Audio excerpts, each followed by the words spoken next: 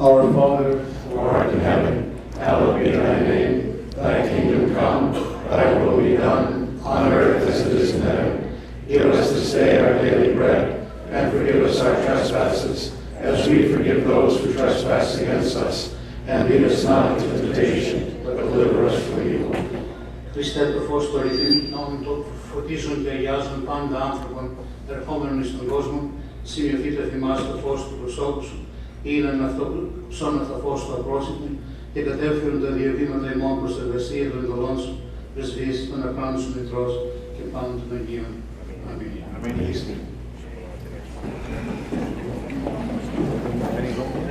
Welcome, and on behalf of the Zions, we thank you for taking today. I know many of you had to take the day off of work to be here, but we're very pleased and happy, excited that you're here. It's my honor to introduce to you our guest speaker who came in yesterday and last night, led a wonderful conversation with over 100 young adults from our area and Orthodoxy on Tap downtown Boston. Bill Marianis is a dear friend, a great mentor, a faithful servant of the Archdiocese of his metropolis and his local parish, a man who so energetic as teaching and sharing about his faith walk and the issue of stewardship. He told me last night he does not like long introductions, so I will leave the rest to him. But Bill, we thank you on behalf of His Eminence and all of us for taking the time to be with us and to walk through us. You've been with us before in the past, but to walk through with us your offering on building the church through the true expression and living of stewardship. So God bless you. Thank you for being with us. Enjoy the day, everybody. Thank you, Tom. I want to begin by thanking His Eminence and Father Ted for the opportunity, the invitation to come. When His Eminence and Father Ted called me, every chance I get to come up to this incredible city, this incredible metropolis, I'm prepared to drop everything to do it. And I want you to know how grateful I am to them for the kind invitation, because without them I wouldn't have the opportunity to offer what meager offerings I can. And I want to thank every one of you for coming here today. Now, that's the happy part of the conversation. It gets serious from now on. Because here's what I want you to do. I want you today to do nothing less than to change your life in some significant and material way. I want you to come out of today with a commitment to change some aspect of your life. And when you do, what I can promise you without any reservation, without any hesitation, is it will transform your life in the most positive and amazing way. When I first finally made the commitment to transform my life and to devote my life in this service, it was such an extraordinary experience, and it has changed my life, and I've had the opportunity to meet some incredible people and do some amazing work, and it's been transformative for me, and I hope that something that we talk about today will be equally as transformative to you. Now, for 36 years I was a lawyer. I apologize. I have a lot of apologizing to do for that, but as a result, I have to give you a caveat on the front end of that. It can also be dangerous. So my stewardship calling ministry has almost got me thrown in prison in Guantanamo Bay. You're laughing. Years ago, I was called to the metropolis of Chicago to do a program, and it was an incredible experience. It was hosted by the parish of St. Nectarius. Afterwards, they gave me a laminated piece of stone with an icon of St. Nectarius, but it was a metropolis-wide event, and we had people there. It was an extraordinary spiritual experience, and we really motivated people, and it was so phenomenal, I didn't want to go, but leave I must. And so I packed my bags and I went to O'Hare Airport. Now, y'all need to know I'm a platinum medallion frequent flyer. I travel on average about once a week, and this was before TSA pre-check, but TSA existed. And so I had a special system to get me through the TSA screening area. I had a special suitcase packed a special way, special clothing. I even wore travel safe clothing. I was a system. It was perfect, right? So I get to O'Hare, put my bag on the conveyor belt. I go through the metal detector. No big deal. TSA agent take a little bit longer to look at my suitcase, but I wasn't worried because I have a system. Then I notice he calls the TSA supervisor over to look at my bag. But again, I'm not worried because I have a system. And then they close the TSA screening area down and they ask everyone else to leave. Now, I don't know about you, but that didn't look like a good sign to me. So finally, the TSA supervisor, was just looking, and I said, "Sir, is there a problem?" And he asked me the three dreaded traveler questions. Back in the day, you remember this. "Sir, did you pack your own suitcase?" I replied, "Yes." He said, "Has that suitcase been in your possession at all times since you packed it?" I replied, yes. He said, "Did a total stranger give you a package to carry on board the aircraft today?"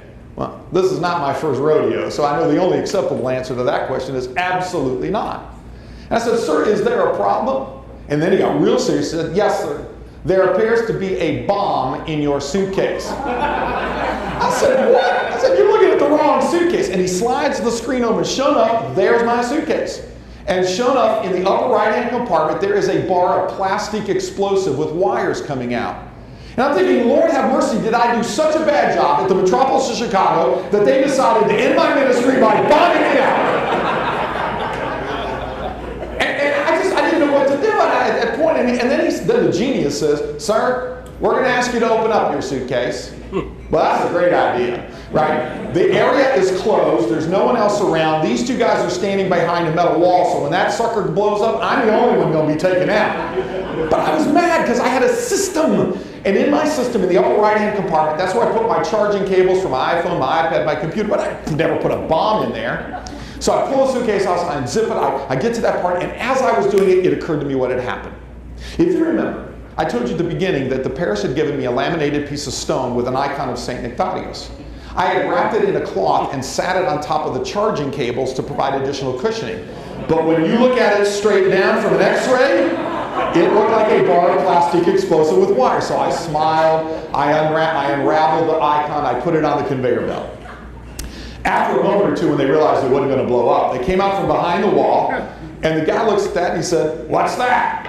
Now, I have learned that honesty is always the best policy. So, of course, I replied honestly, "It's an icon." At which point, the guy looked at me and he said, "What's an icon?" And that was when the light bulb went off. That was when I realized the Lord had given me an opportunity to serve witness to my Orthodox faith. In that moment, I had a chance to be a disciple of Jesus Christ. So I told him a story about icons in the Orthodox Church. I actually even got into the life of St. Nectarius, and these two guys are soaking it all in, right? And they eventually took the icon and put it through the conveyor belt by itself, I guess, to make sure it was still aligned, a full piece of stone. Now, you have to understand what's been happening. For the last 5 minutes, the TSA screening area at the second busiest airport in the world has been closed down because of yours truly. So naturally, this has caught the attention of the O'Hare Airport management. So as we're sitting there talking, the O'Hare Airport supervisor comes up, sees us talking, pointing down the icon, he points to it and he goes, "What's that?" At which point, the TSA supervisor, who until 5 minutes earlier had never heard the words Orthodox, icon, and saint used in the same sentence, looks over at the O'Hare Airport guy and with a tone of righteous indignation in his voice, he says, "It's an icon!" Like, you moron, haven't you ever seen an icon? What do you think the O'Hare Airport guy said? "What's an icon?" And that was when I realized the Lord had given me a second opportunity to serve witness to my faith. And I launched into my explanation again. Now, this is absolutely a true story. You can't make this stuff up. Good news and bad news. First piece of good news. My brothers and sisters, every day of your life, you will have opportunities to be a disciple of Jesus Christ. You will have an opportunity to serve witness to your Orthodox faith. The question is, are you taking those opportunities? And are you projecting what it means to be an Orthodox Christian? So let me start at the beginning with like the key message. And there's 3 key messages that I want you to take away from today. Number 1, your parish will not be able to succeed and excel to the fullest extent. It will not be the most effective parish it can be until you have engaged disciples of Jesus Christ who understand and live their faith. All too often, you came here to learn about stewardship thinking I was going to give you some financial tricks and tools. And what I'm telling you is, and you'll hear me say it over and over again, your stewardship results are the symptom. They are not the root cause. And you can spend a lot of time at the symptomology level. You can keep taking your temperature and your blood pressure, and if you don't deal with the root cause issue, none of that's going to change. This is one of the most important things that the data tells us is critically important. We're going to spend some time on that. Secondly, you will not have the most effective parish until you've created a culture of true stewardship and generosity in your parish. And thirdly, you will not have the most effective parish until it has clarity and a consensus about why it exists and a vision that it seeks to obtain. And it's taken me 12 years, and you're going to see some of the data and research to show these are the 3 things that we've got to get right. Of course, in addition to the most important thing that we have to get right, the theology, the sacramental life, the liturgical life. That's the 4th dimension. You'll see that coming up. But operationally, which is what I'm focused on, these are the 3 elements. The second key message I want you to take away is that you have to have a parish that excels at generosity and stewardship. There's about 15 things you need to do well. 15 things. Last time I presented to you, we had about 3 or 4. We've completed the research. It's a lot bigger than it was before. There's 15 things that you have to be excellent at. Now, you cannot be excellent at 15 things overnight. It's going to take some time. So for those of you that want to cheat, for those of you that want the easy way out, please don't take the easy way out, but I've done this enough to learn that some people are saying, okay, at the end of the day, I can't do 15. Would you give me 3 to 5 things I can do? So I'm cheating ahead, and I'm letting you know that if you're only going to do 5 things, here's the 5 things I want you to do. Step 3, step 5, step 6, step 10, step 14. Okay? And we're going to go through each of these in order so you'll see where they're coming at. If you can at least invest in doing these 5 things well, you will make a great stride, and then you can add the other elements behind it. Now, on a personal level, until you create a culture of generosity in your own life, you'll never fully fulfill what your Creator has in mind for you. Until you are prepared to be truly generous, just as the Lord has been generous with you, you will not be able to live the life that the Lord has in store for you. So part of what I hope happens here is not only to talk about some of the things that we're going to do to learn how to do this better within our parishes, I'm challenging you, as I did with the very first thing I said, to make a change in your life. To make a decision in your life that today, there's at least one thing you're going to do to be a better engaged disciple of Jesus Christ. There's at least one thing you're going to do to be more truly generous and a steward of God's grace to you. That's what I'm hoping will happen for this. So I'm going to start with everything now with the question of why are you here? And this is what we spent some time with the youth yesterday, and we were going to have some conversation at the clergy lady. Maybe, God willing, we'll have at the end. So one of the most fundamental questions from a perspective that we have to ask ourselves, I mean, think about this. Every one of you were made in the image and likeness of God. Of the trillions and trillions and trillions and things that God created, He chose one to make in His image and likeness. And that's you. And you. And you. And that was where the similarity ended. From that point on, everything else was different. Your genetics is different, your life experiences is different, the mistakes you've made, the blessings you receive are all different. But you got to ask yourself, why? Why of all the things of creation did God choose to make me in His image and likeness? And that's where we need to be focused. And finally, it took me a long time to get to about, I was about 55 before I realized this. There was actually some incredible guidance that's found in Holy Scripture. It's also, in my opinion, buried in the middle of the Divine Liturgy. I'd probably start with this, but it'd be well have a different perspective, right? We find it in 2 Corinthians chapter 5, verse 10. And it's a selfish prayer in some respects, but it's a focusing prayer. We pray that the end of our lives may be Christian, and that means something. Then we have a series of personal requests: without pain, blameless and peaceful. And here it comes, my brothers and sisters, the big ask: for a good account before the awesome judgment seat of Christ.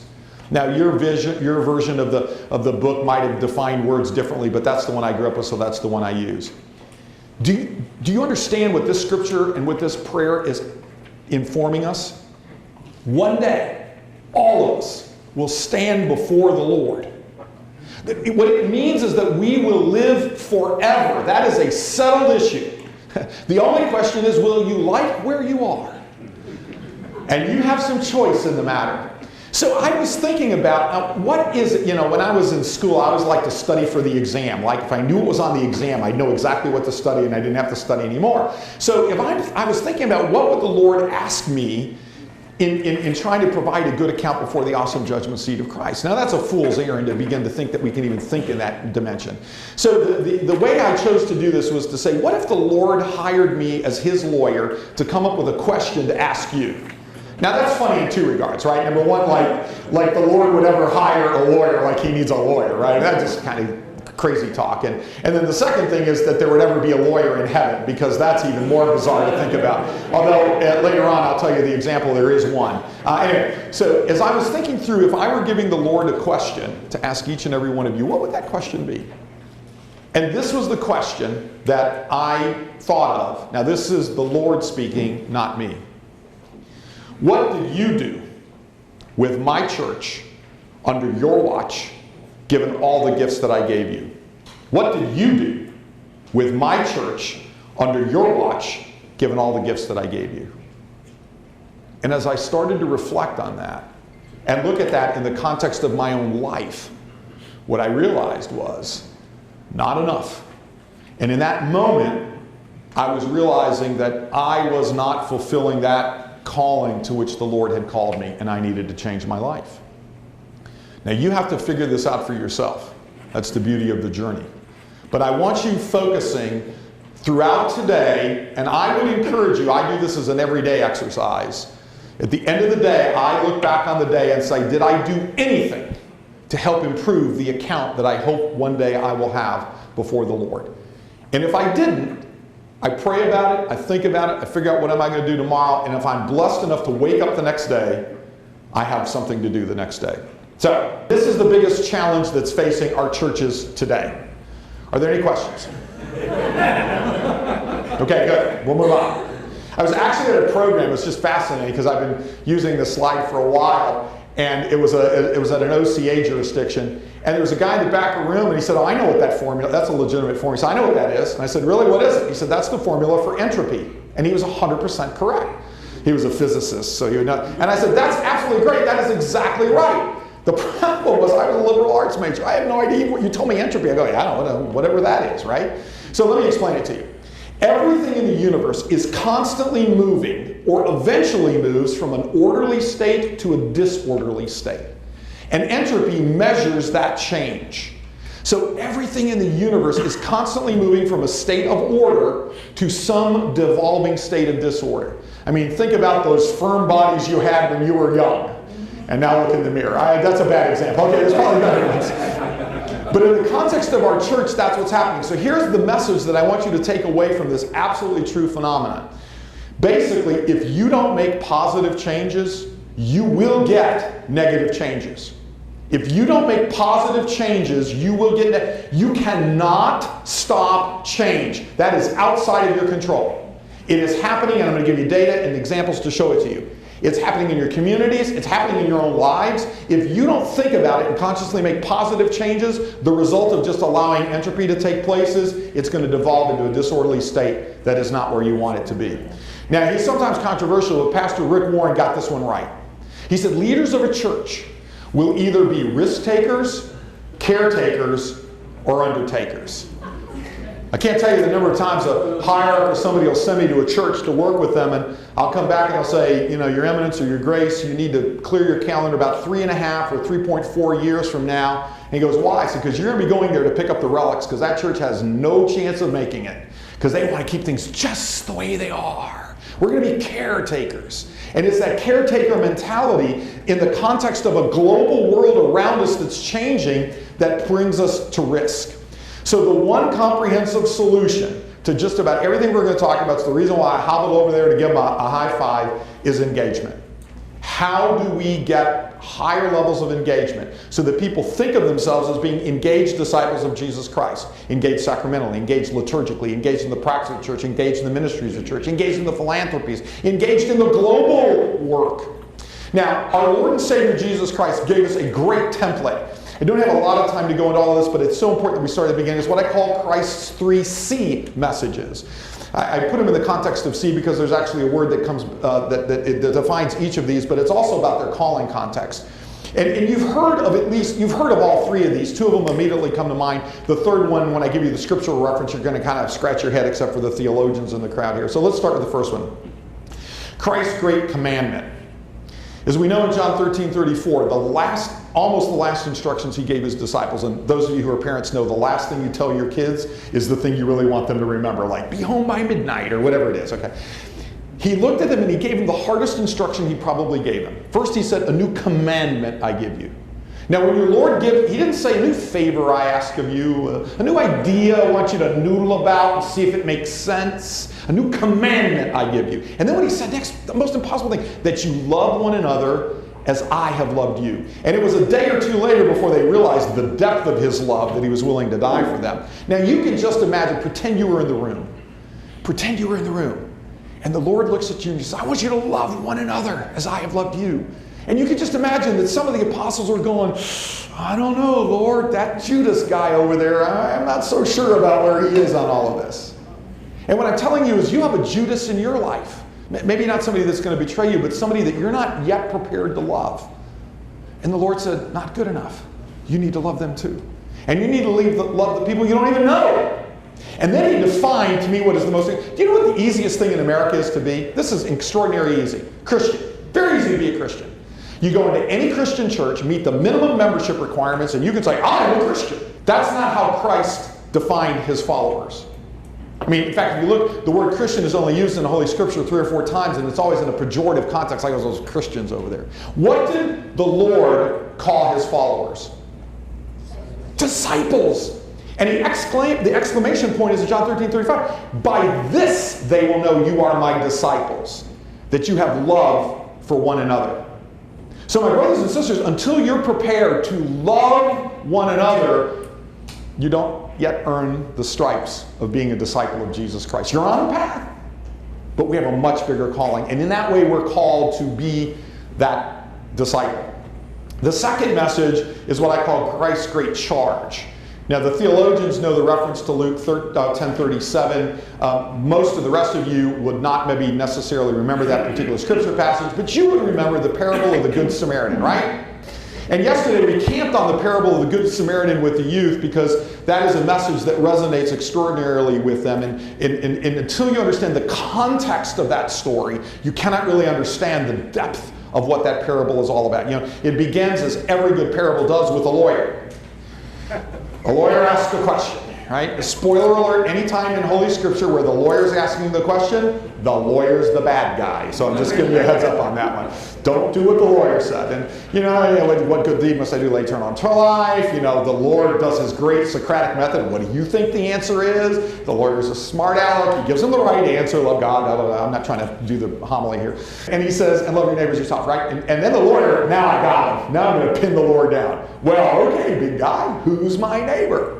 And he was looking for a simple answer that he could jump on. And then the lawyer, the Lord pulls a judo move, as he always does. In answer to a simple question, who's my neighbor? He says, let me tell you a story. And he tells this great story, and it starts, you know, y'all know the story, you know, Jew and a Samaritan. And what you don't, the theologians know this, but I didn't really understand this until I really spent some time studying it. In the day, the Samaritans and the Jews really didn't get along. They disliked each other in the most significant way. They were the Hatfields and McCoys of the day, or as I like to articulate it, it's what we Atlanta Falcons fans feel about you Boston Patriots fans, okay? We want nothing to do with you, okay? And so the Lord tells a story, and you know, there's a Jewish guy, and he gets robbed, he gets beaten, he's almost dead, and I'm not going to pick on the priests and the Levites who kind of walk by, but those Jews are walking by, and then he says a Samaritan comes along. Now, you're in the moment, right? You're there. They know, because this is the Lord talking, that there's going to be a moral to the story and there's going to be a good guy in the story. And then he says, and then a Samaritan comes along. And you can just imagine they're going, oh, please don't make the Samaritan the good guy. He's the bad guy. And then he tells the story about the Samaritan that does unthinkable things. Unthinkable things. He talks to the Jew. He touches the Jew. He actually takes care of his wounds. And then unbelievably, and this is not so much unbelievable for us, but in the day it was, he puts him on his donkey. Unheard of. I mean, it's just absolutely unheard of. And then the Lord ends the story after he just really puts an exclamation point. He says the incredible words, go and do likewise. There's the instruction, my brothers and sisters. That's what you're called to do, to go and do likewise. Not just to the people who love you, not just the people who you care about, not just your family. Indeed, the example he uses the biggest antithesis. That's an instruction that the Lord has given each and every one of us. And then finally, of course, Christ's Great Commission, which you know is go and make disciples of the people from your own village that you like, and don't worry about anybody else, right? Well, sometimes when I look at our churches, that's kind of the way we are applying, Matthew 28:19. It's just, You know, Father Luke and I joke about this all the time, and do we really understand the message of making disciples of all nations, right? And so there's a lot to be done in that regard. Okay, so we're going to move on now because I want to open your minds up here. You've been sitting there, and I want to challenge you.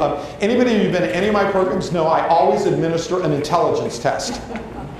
No, I'm serious. And I always do it at the beginning, and depending on how you do on this intelligence, you won't find it in your hymnal, so this you've got to look up on the screen.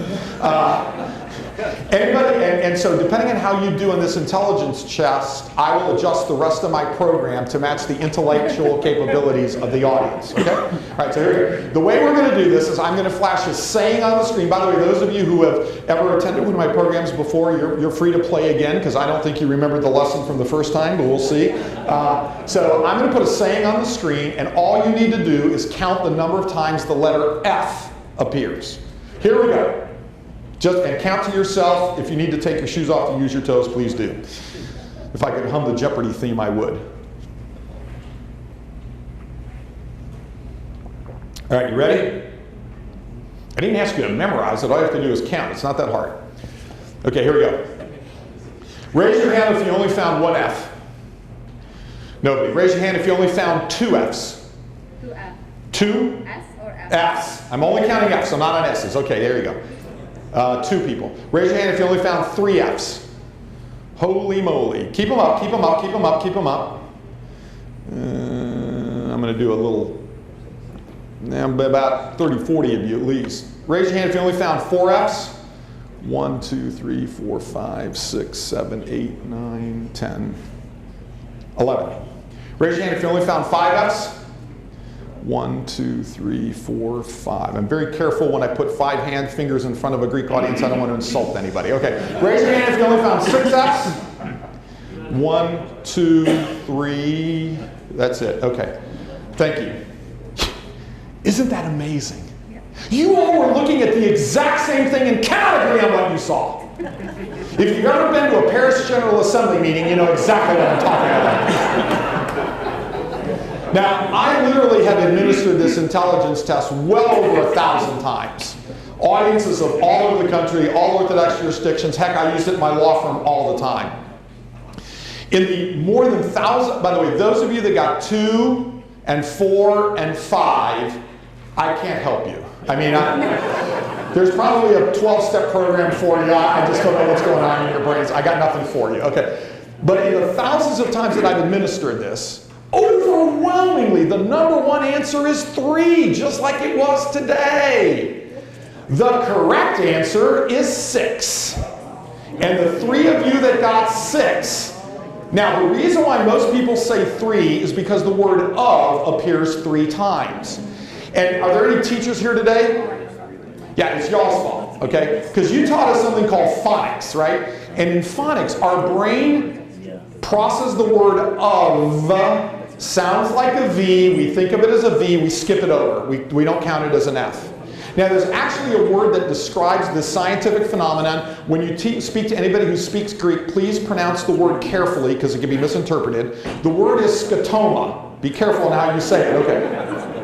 What a scotoma is when your eyes see something but your brain processes it a different way.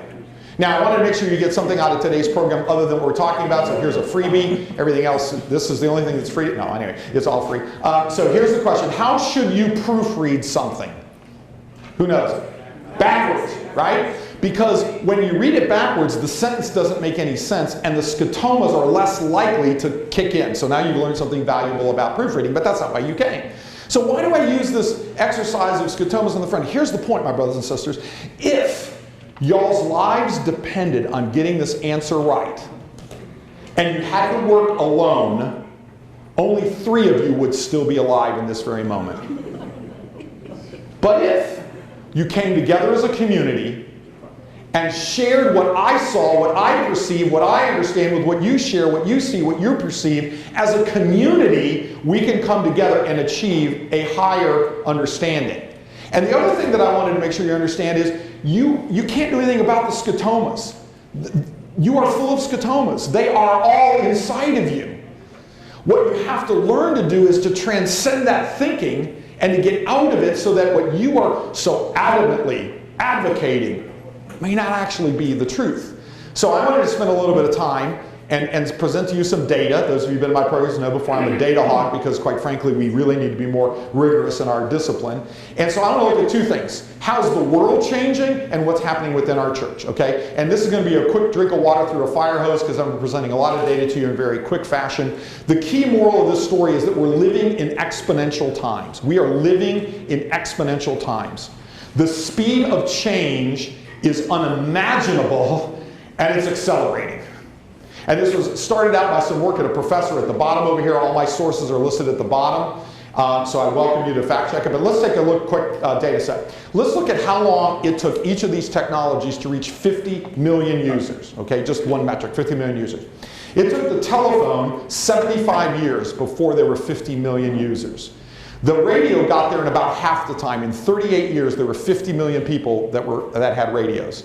The TV got there in a third of that time. In 13 years, we had 50 million users of TVs. The internet reached 50 million users 4 years after Al Gore invented it. No reason we can't have a little political humor, right? Okay, right. And then it was surpassed by a product which in its life has already come and gone.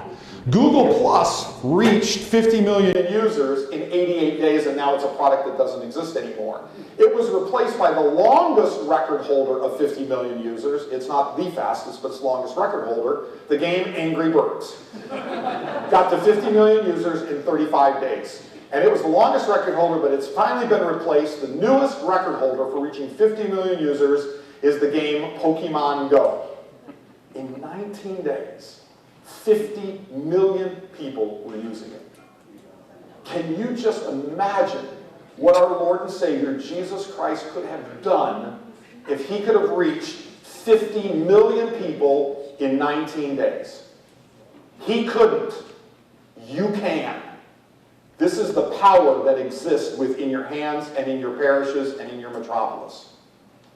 Right now, modern smartphones, the things that we are all addicted to, have more processing power than the mission computers that NASA used to send people to the moon. My brothers and sisters, we are living in exponential times. Here's a data point. 1 hour of video content is uploaded to YouTube every second. An hour of content has just been uploaded to YouTube. Another hour of content has just been uploaded to YouTube. Another hour of content has just been uploaded to YouTube. How much of that content do you think is good, Christian, Orthodox content? Not enough. But that's something we can do. All right, your kids are not in the room with the exception of this sweet darling over here. So I'm going to ask all the rest of you who are on Facebook, raise your hand if you're on Facebook. Come on, you can confess, it's okay. It's all right. There's a 12-step program for us. Okay, great. So Facebook started about 16 years ago.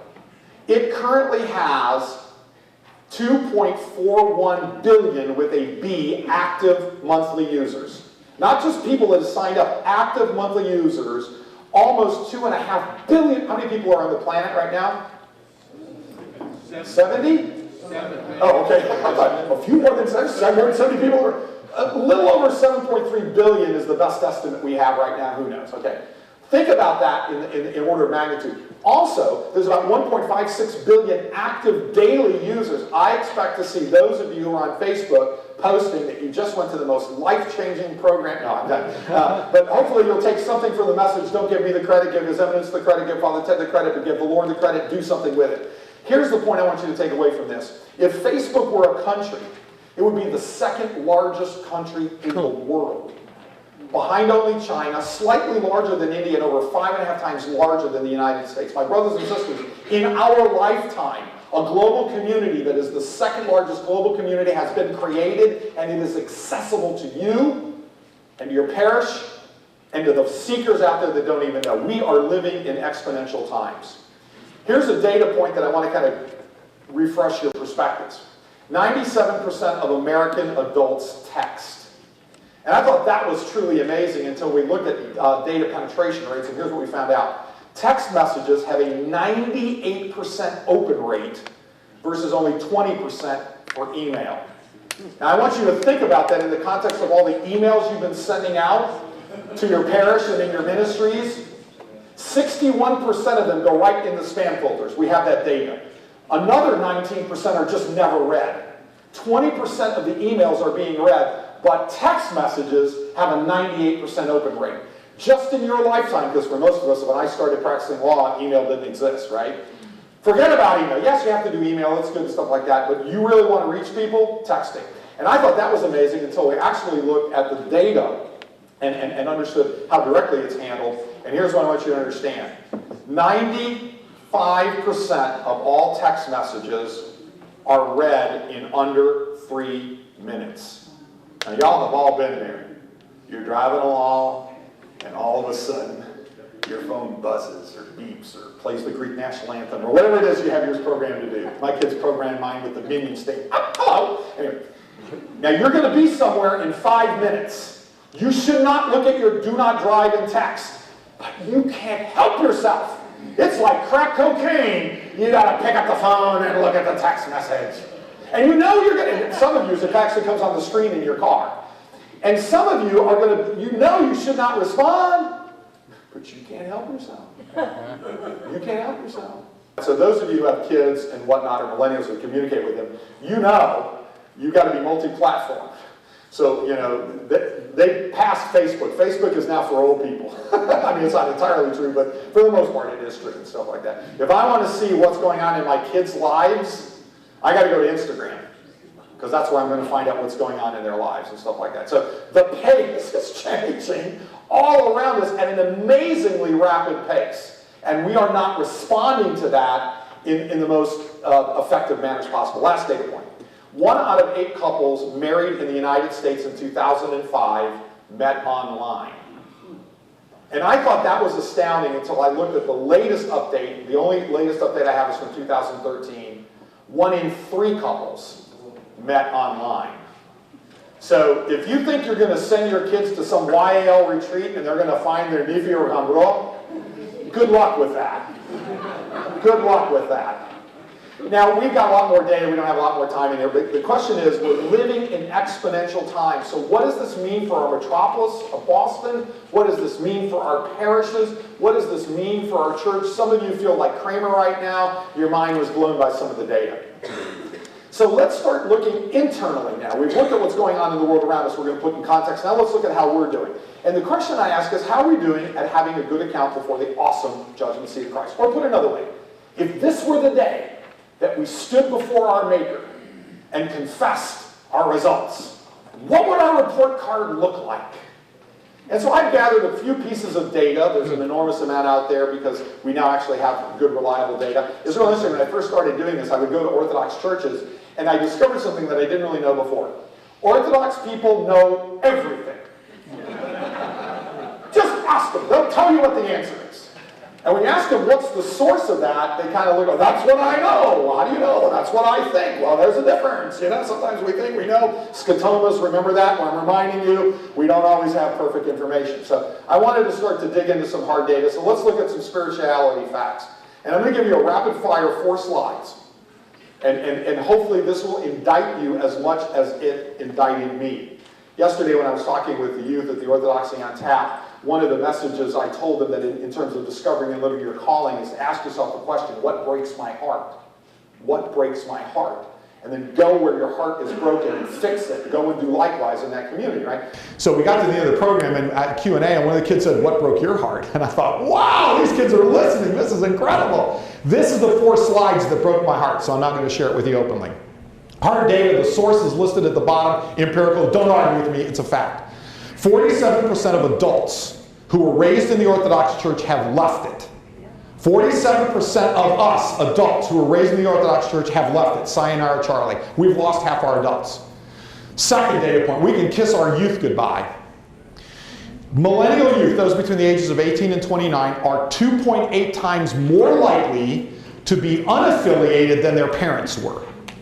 And that's the Pew data. An equally reliable source is the Public Religion Research Institute. Their data shows that 39% of millennials claim they are not religiously affiliated. I'm going to stop. His Eminence Metropolitan Methodius knows this, but those of you that have, and some of you have been in my metropolis, and you know I serve His Eminence Metropolitan Alexius as legal advisor, and he has a saying that he says every once in a while, he goes, and now we put parentheses, which means he's going to go down a rabbit hole. So now we put parentheses, follow me down this rabbit hole. Here's the reason why I want to focus your attention. Confession time. A lot of priests in the room, I can do open confession. When I went off to college, I kind of took a little bit of a break from church. You know, I didn't always go to church every Sunday anymore. It was like maybe once every other couple of weeks or months. But when I got married, boom, in the church. When we got kids baptized, boom, in the church. Boom, we raised them in the church. Some of you may confess that you also took a break. I mean, you all use different excuses. I didn't have a car. It was a long distance from Northwestern, St. Peter and Paul and Glenview. Whatever. Okay, whatever. Here's what's indicting about this data. These kids aren't saying, I'm taking a break. They're claiming to be nuns, not the ladies with the pointed hats, the N-O-N-E-S. They claim no religious affiliation. What that means, my brothers and sisters, is they have repudiated their prior religion. I'm not that anymore. I'm taking a break from that. I'll get back to it when I get married. Now, we won't know the impact of this for about another 10 years, but what I'm telling you is I'm panicking because if they're leaving the church at this rate, and when I say leaving the church, I mean leaving the church, until we do something to figure out a way to get them back again, we have a huge problem. Okay, so to review, we've lost half our adults. We're losing our kids at a rate 2.8 times faster than our adults. How are we doing with the ones we kept, plus all the ones we recruited? Well, what we find out is a lot of data. Here's the one. Only 21% of Greek Orthodox Christians regularly attend church on Sunday. So of all of the Cradle Orthodox, the half we kept, plus all of the converts that we recruited, only 1 in 5 is going to church on Sunday. By the way, the Orthodox average is 37%. So let that settle in for a second. If we're at 21%, we're in the bottom. I'm sorry, that's the Antiochian. 26 is across all Orthodox jurisdictions. Should just give you a sense of perspective. Right? Our Antiochian brothers and sisters are doing a much better job of getting people into church. 1 in 5 of our GOA members are regularly attending church on Sunday. So that led us to ask a series of questions. Why? Why are you going? We found 2 very different sets of answers. And you're going to hear my definitions in a second. For the intentional converts, they had an incredibly clear, precise, appropriate answer as to why they're in church. You know what the number one answer for Cradle Orthodox was as to why? The few that regularly attend church? What was the number one answer? Man, front row, I don't have to walk very far. He said, I did it as a kid. My mom and dad forced me to do it, or Yaya forced me to do it, so I'm forcing my kids to do it. That's not somebody that says, this is an integral part of my life. This is where I meet the body and blood of Christ. All right, so we then led to a series of questions. And now, this is the part, audience participation. Do not shout it out loud, because clergy are in the room and your hierarchs in the room. And I've learned something in doing these surveying. When we ask lady this question, and the clergy in the room, you will lie. But you don't need to lie, because then when we ask the clergy, their number is actually worse than your number. So I'm going to ask you to think about this in your head. Don't shout out the number out loud. But here's the question we ask, broad population, all Orthodox. Other than during the homily, what percentage of the time during the Divine Liturgy is your mind wandering? Maybe it's your kids are crying, somebody else's kids are crying, you see Tasula over there and you need to talk to her, Spiro's going through something. Maybe you've got something going on in your life or your business or your health or your family and your mind's wandering. And during the homily, somebody's looking at you, it's a little bit harder to pull out your cell phone, right? Although some do. All right, so here's the question. Answer it for yourself. Do not shout the number out loud. Now I'm going to ask you to tell me what you think the data says when we aggregate all this data. What percentage of the time are our faithful minds wandering during the Divine Liturgy? So the data says between 70 and 80% of the time. So we average about 75% of the time. So let me review your grade, because this is the moment you're standing before the Lord. You've lost half your adults. You're losing your kids at a rate 2.8 times faster. Of everybody you kept plus everybody you recruited, only 1 in 5 are showing up in church. And when they're there, they're not really there. Is this the day you want to stand before the Lord with that report card? If the answer is no, you're in the right room. If the answer is yes, this is your chance to leave. Good luck. I wouldn't want to be you, but good luck, okay? I mean, this came from a Baptist publication. I love this one. For those of you in the cheap seats, I'll read the cartoon for you. This is the president of the parish council fussing at their priest, their pastor. He said, we're trying to run the church, pastor, but you make it sound like you want us to do something, spiritual. Clergy in the room are laughing because every one of them has been asked at one point, Father, Is there any way we can skip the liturgy this Sunday because we got a Greek festival to host? You know, so you get the point, right? Okay. So let's take a quick data dive into some of the income facts. And remember, you heard me say it before, and you'll hear me say it again. The financial contributions are the symptom. They are not the root cause. So we're looking at symptomology now. Giving facts. Again, the sources are listed at the bottom. People are giving a lower percentage of their income to the churches today in the 2000s than they did either during the Great Depression or the 1920s. Unquestionably, two of the most dramatically difficult times economically in the United States, we gave a greater percentage of our income to the church than we do today. Second data point, 37% of church goers give zero to their church. I'm not talking about the people that claim to be Christians and don't show up. These are people that go to church. About 1 in 3 are contributing no economic gifts and to the church.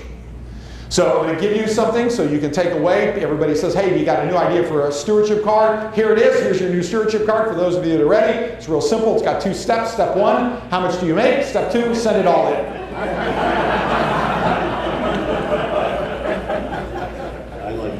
You're laughing now, and in a few slides, I'm going to show you why that is actually the right answer. So sit tight. Here's some additional facts. Hard, reliable, empirical, unquestionable data. You don't have to like it. I didn't come here to make you feel good. I came here to wake you up and tell you the truth. Orthodox Christians in the United States are in the top third of annual income. When they measure annual income of those of Orthodox churches, and it varies by denomination, you'll see that in just a second, top third of income. We are in the bottom third of giving to our churches. Zito alas. Here's another data point to look at, okay? The first 2 data streams come directly from public information. The second one comes from information I've generated from about 300 GOA primarily, but some other Orthodox parishes, okay? So in a second, in a couple slides, I'm going to tell you why if you ever again report your average pledge, I will come and burn your church down. It is the most meaningless number you ever report. It is irrelevant in Greek Orthodox parishes. It is a stupid and irrelevant number. The median is the more relevant number. I'll explain to you why in just a second. But another way to look at it is per person per year giving. Per person per year giving. Okay, U.S. Christian average, all Christian denominations, about $880 per person per year. The evangelical Protestant average is $1,165 per person per year. From about 300 mostly GOA parishes, the number is about $275 per person per year. Half of the U.S. Christian average, a fifth of the evangelical Protestant average. We are the bottom dwellers when it comes to giving to our churches. And I'm not telling you anything you don't know when you look at your parishes. So one of the things that I do with parishes before I work with them on an individual basis, I have a financial stewardship model, which I go and do a deep dive into their numbers. Again, not because that's the root cause, but because that will tell me the symptoms. And one of the things I ask them to do is, how close are you to becoming a tithing parish? So before I go to a parish, I ask them to have every one of their parishioners send me their tax returns. Nobody's done that yet. I don't know why. So I just don't know why. I don't know why they're not contributing. I mean, if they're not giving me the tax returns, I can't do this. So I have to use proxy numbers to give you an estimate of how close you are to being a tithing parish, right? So let's take a look at a proxy analysis. The estimated median annual income of U.S. Orthodox Christians is $73,200. Now, how did I get that number? It's down at the bottom. From the census data and from the government reported data, we know what the annual income is from people who claim any lineage from historically Orthodox countries. You may be third generation, whatever.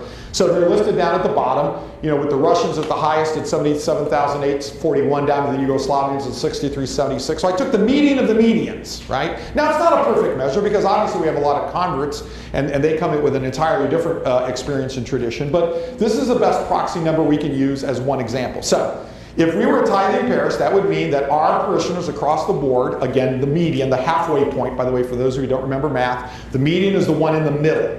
There are as many that are higher as there are lower. That's the median, the middle one, right? If you ever want to know the median in your parish, it's really easy. List all the contributions from lowest to highest, or if you're an optimist, from highest to lowest, like it doesn't matter, and go to the one in the middle. Whatever that number is, if you had 100 parishioners, go to number 50. Whatever they're contributing, that's your median pledge. You understand? Okay, it's very important. Okay. So, if you take your median and divide it by 7,320, you would have a proxy estimate of how close your parish is to being a tithing parish. I've done this now for about 300 GOA parishes, and across the board, we come in at somewhere between 0.5 to 0.8 of 1%. Not 10%, not 5%, not even 1%, about 0.5% to 0.8%. To give you just a frame of reference as to why we are at the bottom edge. So for those of you, again, looking for another trick, and Father, I validated this in your parish here, but you can do this here. Here's a new technique for the Stewardship Committee's idea to help raise the budget. Deposit 75 cents to enter the restrooms. Okay, there's a spot on the door there, Father, where you can actually put that up over there. Okay, good. Not a great strategy, but I'm just giving you ideas. Okay, so let's look at some numbers real quickly. How are we doing? Here's the best data we have on the number of Orthodox Christians in the United States by the top 10 denominations. And you can see the GOA is at the top with just over 475,000. And it drops, there's the next tier is the OCA and the Antiochians and the Serbs, and then it drops really quickly after that. So that's the top 10. If you add the 15 Orthodox jurisdictions that are in a communion, you get to about a little over 815,000. Not the millions and billions that we've been reporting, but about 815,000. And everybody says, well, wait a minute, what about the CEOs? Are you counting CEOs? You know what I mean, right? Christmas and Easter Orthodox, right? They're somewhere on the mailing list, and maybe we see them twice a year. We have no way of knowing, though, they're counted, but this is the baseline number of what we would think of as the true adherence to our faith. So obviously there's peripherally loose members that are bigger than that. Just to give you a frame of reference, there's about 227 million U.S. Christians. So all of the 15 Orthodox jurisdictions combined are less than 0.4%, and the GOA is, well, it's even one more decimal point over. We are a rounding error on the face of demographics in Christian America. We are a rounding error. Now, how can that possibly make sense? If we have the truth, if we have the way, if we have the original official church of Jesus Christ, how in the world, answer this for me, can we be a rounding error on the face of Christianity in America and possibly think that we're fulfilling what the Lord has asked us to do? And if you look at the data, you'll see this. You all were alluding to this. This comes right from the GOA's registry website. They didn't update it in the last couple of years. I've got anecdotal information that suggests the trend lines are continuing, but I don't have actually the hard data to report to you. So baptisms have been generally down. You'll see 2016 was an anomaly year in our recording in almost every category. The trend lines have continued to be on a downward decline. So we're not baptizing into the church. How are we doing chrismating into the church? Well, that's generally declining. Again, we had a good increase in 2016. So we're not baptizing and chrismating. How are we doing at marrying them into the church? Well, that's not going so well either.